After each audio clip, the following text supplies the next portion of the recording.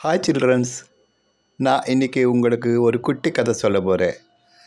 இந்த கதை நான் எழுதியது. இது சோபத்தி என்ற வார இதழில் வந்தது. இப்போ கதைக்கு போயிடலாமா?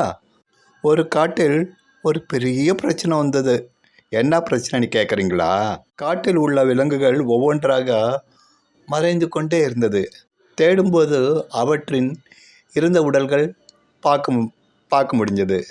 காட்டின் சிங்கம் ராஜாவுக்கு அந்த குற்றவாளிகள் பிடிக்க ரொம்ப முயற்சி பண்ணாலும் பலன் இல்லாமல் போய்விட்டது. பௌர்ணமி இரவில் குட்டி விலங்குகள் விளையாடி கொண்டிருந்தது. அந்த நேரத்தில் மான்குட்டி காட்டுக்குள் வெகு தூரம் சென்றது.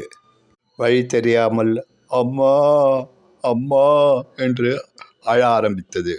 அந்த நேரத்தில் மான் முன் 3 புலிகள் நின்று சிரிக்க ஆரம்பித்தது. நாங்கள் தான் யாருக்கும் தெரியாமல் இந்த காட்டில் விலங்குகளை கொல்லும் மிருகங்கள்.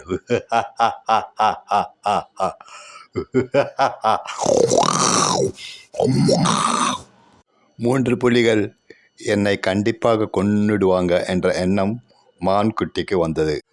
அந்த நேரத்தில் அந்த மான்குட்டி தாய் சொன்னது நினைவுக்கு வந்தது.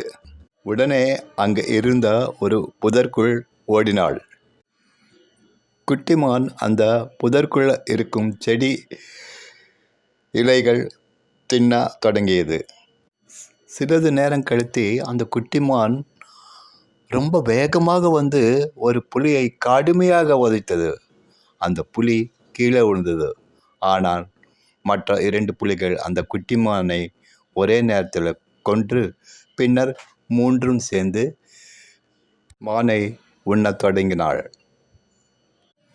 மான் காணவில்லை என்று தெரிந்தவுடன் சிங்கம் ராஜா மற்ற விலங்குகளோடு சேர்ந்து காட்டை தேட ஆரம்பித்தாங்க.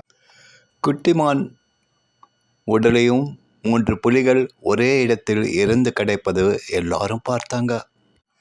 இது எப்படி நடந்திருக்கும்? சிங்கம் ராஜா கேட்டார். அரசே, அதற்கு பதில் நான் சொல்கிறேன்.